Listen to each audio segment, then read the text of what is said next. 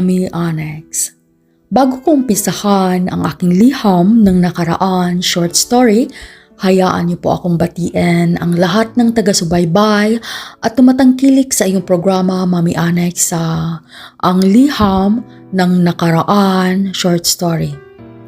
Tawagin niyo na lang po ako sa pangalan na kay Eugene na taga Bugo City, Cebu.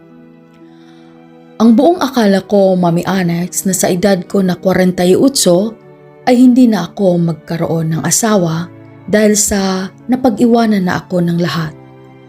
Ngunit hindi ko inaasahan na dumating ang isang araw, makilala ko ang isang babae na siyang magpapatibok ng aking puso. Kaya